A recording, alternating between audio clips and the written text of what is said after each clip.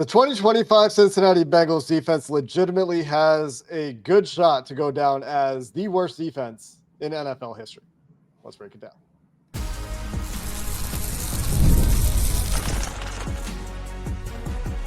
You are Locked On Bengals, your daily Cincinnati Bengals podcast. Part of the Locked On Podcast Network, your team every day. What up, Bengals fans, and welcome to another episode of the Locked On Bengals podcast. I'm Jake Liscow. He is James Rapien, and we are part of the Locked On Podcast Network here on Locked On Bengals, your team every day, covering the Cincinnati Bengals going back to 2016 through the lows and the highs, the Super Bowl run, and whatever it is we're seeing this year from a defense that is truly the worst that I have ever seen the Cincinnati Bengals field and could go down as the worst all time, if not one of the worst all time, as things are still trending in the wrong direction, getting much worse after we thought they might have found something approximating the bottom against a terrible Jets offense. The Bengals lose. They drop to 3-6 heading into their bye week. They lose 47-42, and Joe Flacco goes for 470 yards passing. Doesn't matter. 7 different receivers catch a ball for 20 plus yards. Doesn't matter. The Cincinnati Bengals defense, when they did get stops, had penalties that erase those stops. Just terrible. I am out of words, James, for how bad this defense is. I have stats that we can reference, and I'll get to those, but I have no words for how truly repugnant this Bengals defense is. Yeah, pathetic joke. I think I joked. I think I joked last week, like, oh yeah, they couldn't tackle me. No, they can't tackle me. They can't tackle anyone. It's an embarrassment, is what it is. And we could talk about blame and all the high level stuff and how the roster's built and all of those things, but like, fine. They're not the best run defense in the world, and they're not going to get after the passer. Can you tackle a backup running back? Can you not let a rookie tight end, who I was super high on pre-draft, score not just his first, but his second touchdown in his career, his NFL career, and do it when you just bring him down to the ground? Like, that's what's wild to me, is like the most basic thing that is so simple, that isn't X's and O's based. It has nothing to do with like scheme or like, it's just as simple as, and sometimes it comes down to the person, but it's simple as, hey, I'm going to get you down because it's my job to get you down. And that's it. And I can't believe that they can't even do that. Like, that's such a basic thing. All right, you're within arm's reach. I'm going to make sure that you don't get past me. Like, that's such a simple thing. And of course, there are times when you have missed tackles. But for it to be this thing that's over and over and over, and obviously I'm referencing the game-winning touchdown. Like, that should have been impossible for Jordan Battle to let that happen. Like, impossible. Because of the situation, because of what they've been through, because of all of those things, he should have been willing to scratch, claw, face mask, horse collar, like anything. Like anything possible to not let Colston Loveland score. That's what he should have done, because that's an issue that they've had. And so that's one of many. Look, I cannot believe that they – I mean, if they could just be competent tackling team that does a few things okay on defense, they'd be 5-4 right now. And they would have won 3 straight. And the offense would have scored 80 points in 2 weeks. And Joe Flacco would have put up 42 in a career high with AC joint sprain, and everyone would be they would be one of the toasts of the league right now, where they're right there with Pittsburgh, even with Lamar coming back for BILT, right there with Pittsburgh in the AFC North. And instead, it's like, all right, well, you have the one side of it where I think the offense, they're like, well, what the heck can we do? And you have Chase Brown saying, we'll finish the bleeping game. And he's right, finish the bleeping game after you score 15 points in like a minute of game time, excuse me. To basically, it felt like the football gods were going to give the Bengals a gift after they blew it last week and give them a chance. And the defense said, no, we're that bad, Jake. They said, no, sorry, football gods, we're so bad that you're not going to be able to give us this win because we're that bad. That's how it felt. And a few hours after the conclusion of that game, that's how I feel. I think you're right. They had a point in this game. What's crazy to me, out of many things. I mean, we're going to be saying that a lot today. Crazy. Yeah. Unbelievable. There was a point in this game where they could have had stops on 3 out of 4 Bears drives to start the game. Yep. But they get an illegal contact penalty on a 3rd and 10 sack. Yep. Would have gotten the Bengals off the field. Pretty bad call. Whatever. You put yourself in a position where they can throw the flag because you contacted the receiver downfield. You get a missed field goal attempt from Cairo Santos. But you're offsides. Chicago goes for it on 4th down, scores a touchdown. Scores a touchdown on both of those drives after you could have had punts. And then the Bears miss a field goal graciously. So that could have been 3 stops for the Cincinnati Bengals defense early in this game. After that, nothing. They forced 1 punt. Is that right? 1 punt, which Charlie Jones caught on the 3-yard line running toward his own pylon. Were there 2 punts? Yeah. Getting one? There was 2 punts because there was one on the Bears after the interception on their goal line that they punt. Yeah. That's right, 2 punts. One of them I thought was a garbage time punt. I'd already recorded our post-game short, like, man, this defense is the worst. And then they have that miracle. They score a quick touchdown. They recover an onside kick because a Bears player couldn't get out of the way and kick the ball, and the Bears fans watching the game probably think, man, here we go again. This team. But no, the Bengals are this team. Here's why the Bengals are this team. In the last 25 years, and we've talked about this, out of over 800 defenses, Cincinnati Bengals are now the worst defense in the last 25 years in points per game allowed. They're the 2nd worst defense in the last 25 years in yards per game allowed. They're the 2nd worst defense in the last 25 years in EPA per play allowed. They are the 4th worst defense in the last 25 years in yards per play allowed, and the 4th worst defense in the last 25 years in yards per carry allowed. And the crazy thing about that, as we continue to use that phrase, is that it keeps getting worse and will continue to get worse until substantial changes occur. Because like you said, they can't tackle. They don't know where they're supposed to be. They're getting blown off the line of scrimmage. There's no pass rush to speak of. They're too slow. They're too slow to process. They're not physical enough. They're laughing and leaving the locker room.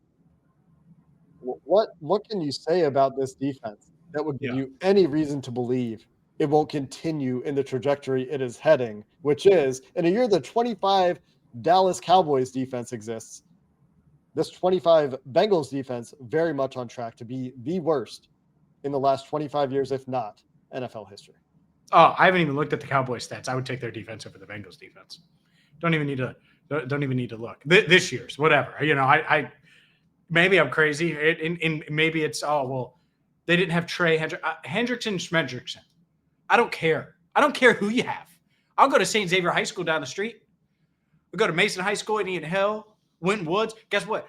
They'll tackle. They'll hit. They'll be physical. They'll say, all right, Caleb Williams is in front of me. Guess what I'm going to do? Not let him pass me. Like, sometimes it really is that simple. And he's not Michael Vick. He's not Lamar Jackson. He's athletic, but go hit him. Go run through him. And you mentioned the laughing element.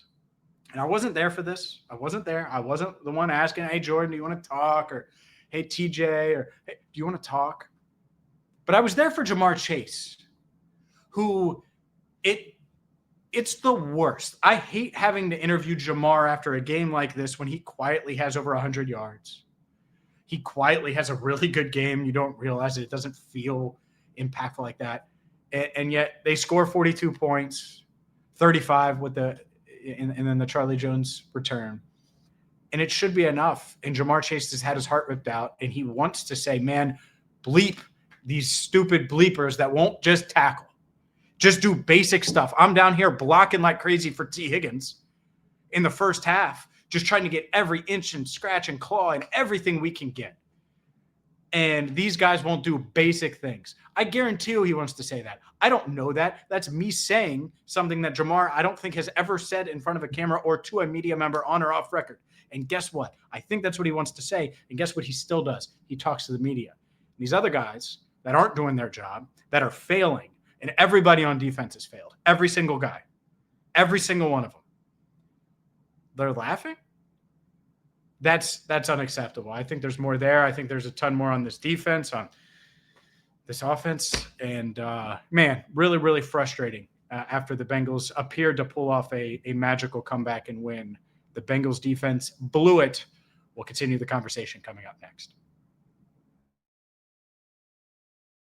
Today's show is brought to you by our friends over there at Peloton. Look, folks, it's time to break through the busiest time of the year with a brand new Peloton cross-training Tread Plus that's powered by Peloton IQ. It's Peloton's most elevated technology and equipment yet that gives you real-time guidance, and it gives you endless ways to move, whether you want to work out by yourself or if you want to work out with your favorite instructor, like my personal favorite, Alex Toussaint. He always gets me fired up to tackle the day. And the thing I like about Peloton, it helps me achieve more in less times. They have features that help you plan, stay motivated, track your progress, and Peloton IQ also provides personalized workout plans and recommendations. That's something that I use right now during the busiest time of the year covering the NFL. They plan my workouts for me based on my mood, my vibe, and also my favorite instructors. So make sure you check it out and use it, because it also helps you correct your form in real time, and it maximizes your reps. It counts your reps so that you can do it smarter, safer, and more efficient. Let yourself run, lift, flex, push, and go. Explore the new Peloton cross-training Tread Plus at onepeloton.com.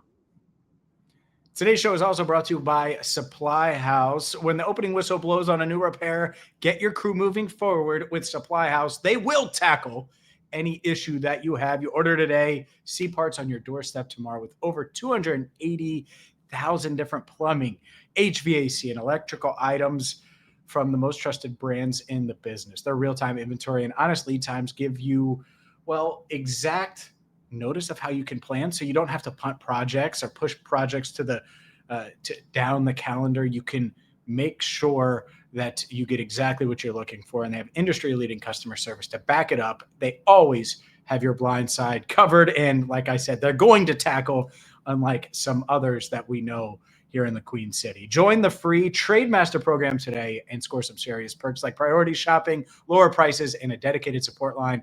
Visit supplyhouse.com to sign up for free and use promo code SHNFL5. That's SHNFL5 for 5% off your order. That's supplyhouse.com, SHNFL5 for 5% off your order. Real people, real service. We got to just keep ripping this defense. I don't know how you don't going into the bye week. Here's another stat. There's so many stats. Yeah, give them to me, because I haven't heard them yet. Go ahead. Because I've been tracking, right? And I'm going to continue to track like how they compare to the last 25 years. This is a next gen stats stat. The Bengals missed 15 tackles according to next gen stats in this game for an extra 133 yards against the Bears, including 35 yards on Colson Loveland's game-winning 58-yard touchdown. The Bengals entered Sunday with 94 missed tackles for 645 yards, both of those numbers the most in the NFL. The Bears had how many yards in this game? Was it 576? It sure was. Even if you remove the yards that came after the Bengals missed tackles game, James, the Bengals are giving up over 400 yards of offense, 450 yards of offense nearly, even without missed tackles. So it's everything, man. It's just beyond, like Kyle Monongai and the Bears' fourth string running back who they signed off the practice squad this week, all of them making the Bengals look bad. Guys ended up on the ground on the other side of the formation on the defensive line and then laughing. And leaving. All right, couple things. Because I said part of that Jamar point, but we're up against the ad break. But Kyle Monongai is just a guy. Let's put that out there. Just a guy. So to give that up, to let that happen, can't happen. It's unacceptable. And that's what I mean. I'm not trying to be mean to Kyle Monongai. I'm sure he's a nice guy. I'll keep making the guy references. But that defense should feel so bad. I've heard Dave Lapham say this a bunch, and I'm not going to pretend I know what it's like to be a player, because I don't. But guess what? Dave Lapham does. And so for him, he's talked about during the really bad years, he hates taking out the trash because his neighbors can see him, because it's so embarrassing. And it's so like – and I feel like I would be that way too. And so for them to laugh when their leader, when Jamar is like, wants to pick up the stadium and throw it into the river, he's so mad. And then for them to laugh when they're the reason they lost, and we can say it, they might not say it, but we could say it. The Bengals defense is costing them games right now when they have a 40-year-old quarterback playing on an AC joint throwing for career high 470, and T and Jamar doing their thing, and Chase Brown trying to hurdle over guys. Chase Brown's my height, trying to jump over dudes. And like, you know, he might be a little shorter than me. Like, that's crazy, right? Like, to do that. And so all of these guys, the offensive line, I get it. They gave up some plays today. But guess what? They're busting their tail trying to keep Joe upright, trying to create holes in the run game, trying to do these things. And when they don't, they certainly don't laugh about it. And they don't shy away from the cameras. They don't shy away from the questions. And I think that's something that they're clearly missing on that side of the ball, where, and I guess I was hoping it would be TJ Slayton, I guess, maybe BJ Hill. Those guys should get scooped up by a teammate and been like, "Are you guys serious?" Like, and I'm like physically scooped up, like it should have been a thing. Are you guys? You're gonna laugh now? You're gonna pretend like they should be so distraught right now that all they're doing is going home in an embarrassed state, because they're the reason they lost. And had they just played competent football, the Bengals would be minimum 5-4. We'd be talking about the playoffs, and a lot of things would feel a lot different. And instead, they haven't held up on their end of the bargain at all. And whether it's Zach Taylor, Al Golden, obviously you can go higher with the personnel part of it, but I'm thinking like literally in season. All right, you have a game today. It's Zach Taylor, Al Golden, and that entire coaching staff's job to make sure that they're tackling and in the right spot and know where to go. And it's the player's job to make a tackle. Like when Zach Taylor says make a play, I'm not even asking for that anymore. Like once the catch happens or once you make contact with the ball carrier, just bring him down or hold him until someone can get to him.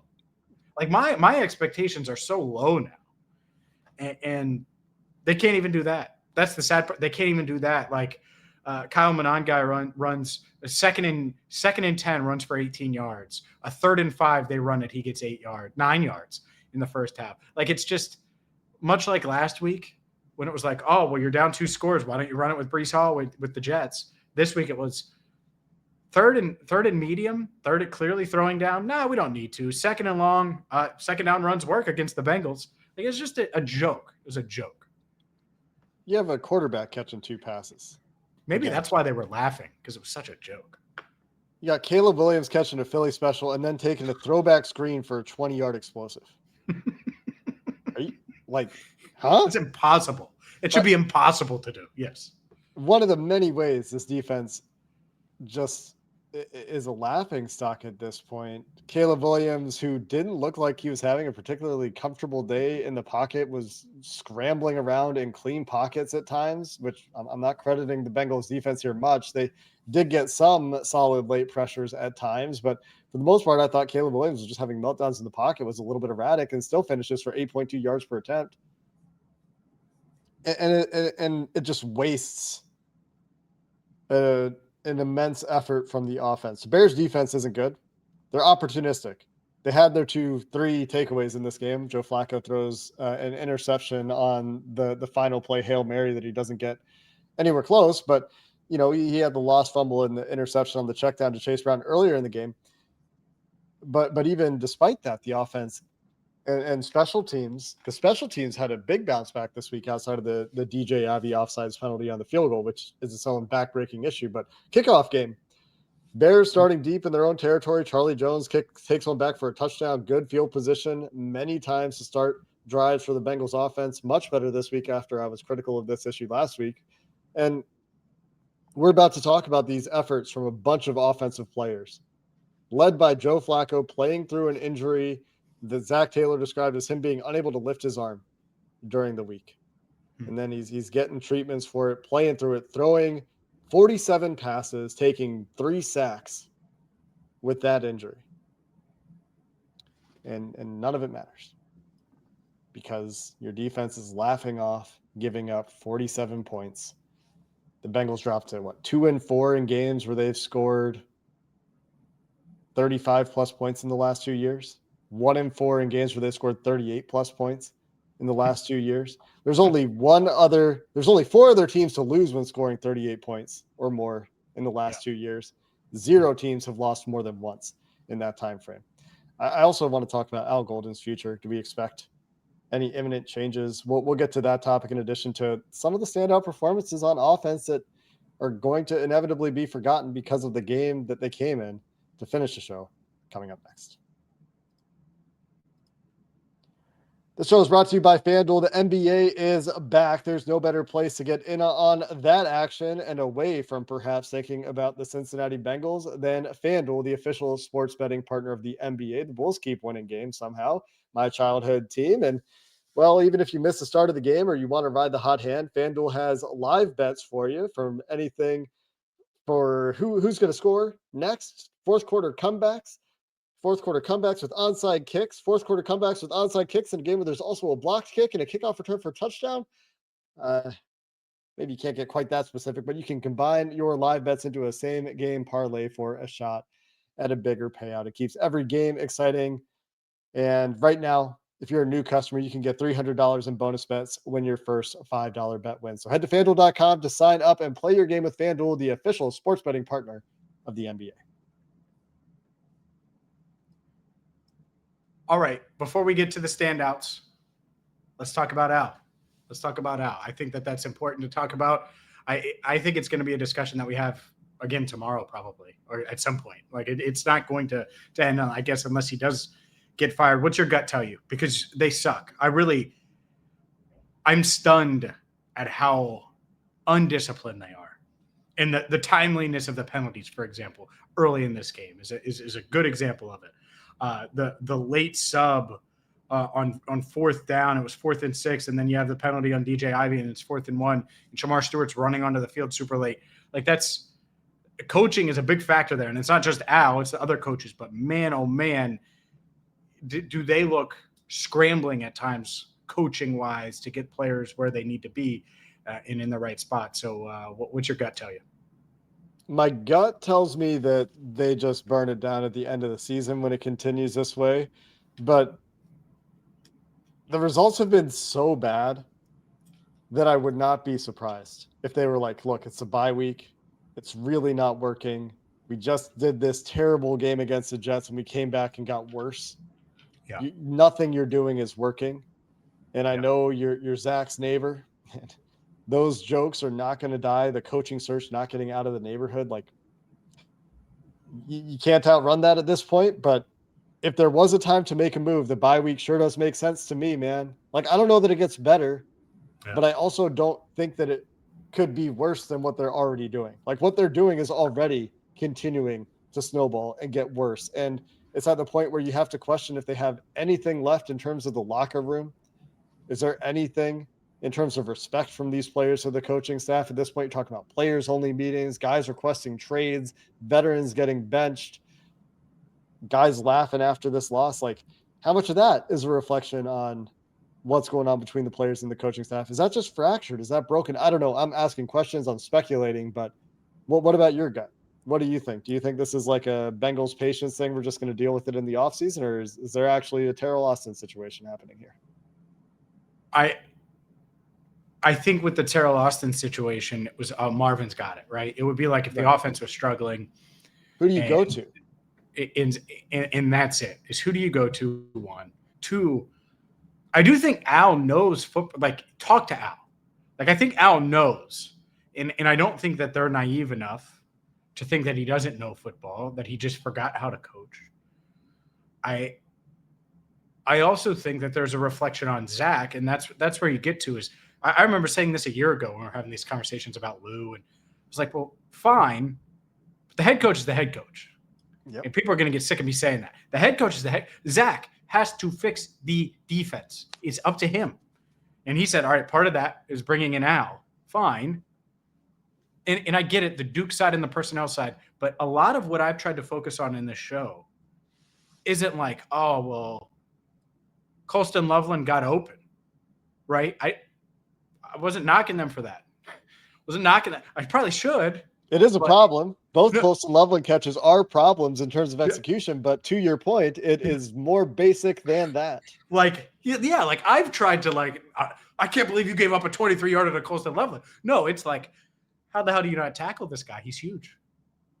Like, I'm not saying that we would go out there and tackle him, but my goodness, it didn't feel like they're this defense should be playing like their lives are on the line, because their football lives are on the line.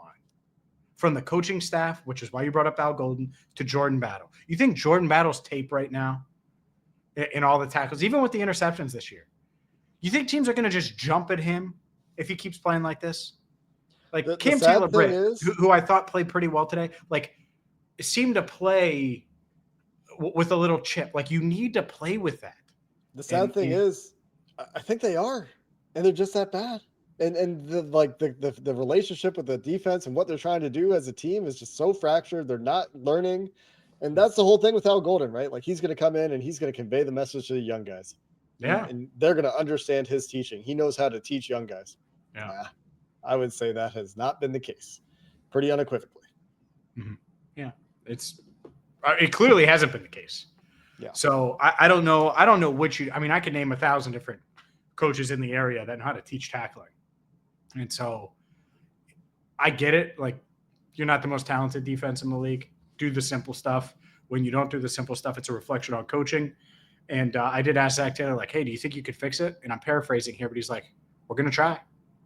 Me and I are going to try. I know Friday, Zach was asked about Al and how's Al handled this week. And all this. He's just work. That's what he does, is he works.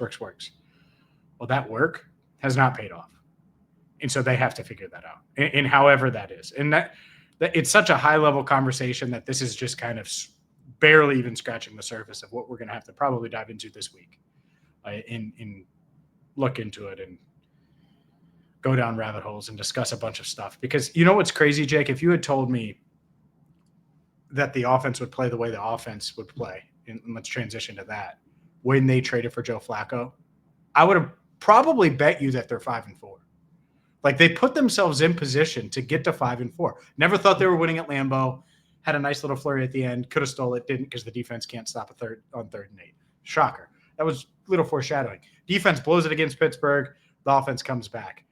But these past 2 weeks, like, you're literally talking about, like, the most basic things. If you do them, you find a way to win. And not that the offense was perfect. Their offensive line was perfect. Their skill guys were perfect. Like, Jamar Chase had a drop. Chase Brown had a drop. Joe Flacco was clearly bad. Like, they weren't perfect, but it doesn't matter. No one's asking you to be perfect. We're asking you to go out there and ball. Like, go out there and make plays and do. And the offense did. And that's why Chase Brown said, finish the bleeping game. I mean, he's right. It's kind of at a point where you are asking the offense to be perfect, much like last year was asking Joe Burrow to be perfect. But you're asking Joe Flacco with a bulky shoulder to be perfect, which is wild and unreasonable. But despite that, he goes for 10 yards per attempt and 4 touchdowns, and he has one bad interception. Don't get me wrong. It's way too late on the check down to Chase Brown. The intentional grounding play looks very disjointed before they miss a 54-yard kick with Evan McPherson, which is probably its own topic. But they get 20-plus yard catches from every single receiver that caught a ball in this game. Tee Higgins, Jamar Chase, Andre Yosevich, Tanner Hudson, Noah Fant, Mitch Tinsley, and Chase Brown all had catches for 20-plus yards in this game. Some of them multiple. Mitch Tinsley doing the Mitch Tinsley thing, right? Tanner Hudson, one of the better balls that Joe Flacco threw in this game. Beautiful touch on that pass. Beautiful touch on the deep ball to Yoshi on the right sideline early in the game. Beautiful touch on the dropped fade ball to Jamar Chase that should have been a touchdown in the red zone. The Bengals ended up getting points there. The offense isn't perfect, like you're saying, but Joe Flacco with a shoulder that doesn't work, throwing 47 passes, getting a ton of production. Tee Higgins having one of the most monstrous games you could imagine. 7 catches, 121, 2 touchdowns, extending his home touchdown streak to 9 games. And none of it matters. Like, it's all just a footnote. That's so disappointing to have that kind of productive day, chunking the Bears defense all game long. Yeah, they had a couple of bad plays. Orlando Brown with the penalty and a bad rep on that strip sack. It wasn't good. Yeah, Joe Flacco threw one bad pick. But there's a lot of good in this game too. and they get to 42 points and they just get walked off on anyway. Just wildly disappointing stuff. I don't know how you survive if you're Al Golden, other than there's like no successor. Maybe it would be Sean Desai. That's the only guy with defensive coordinator experience in the NFL on the defensive coaching staff, as far as I know. Here's the thing. Man, the other like, thing. Zach isn't going to just be like, let's fire Al. That's his ass too. You know, like it just is. Yeah. Like he said, let's fire Lou. Because like the difference between this and Austin is like that was Marvin, right? Like that's Marvin, and Marvin's the defensive side of the ball, right? Yeah.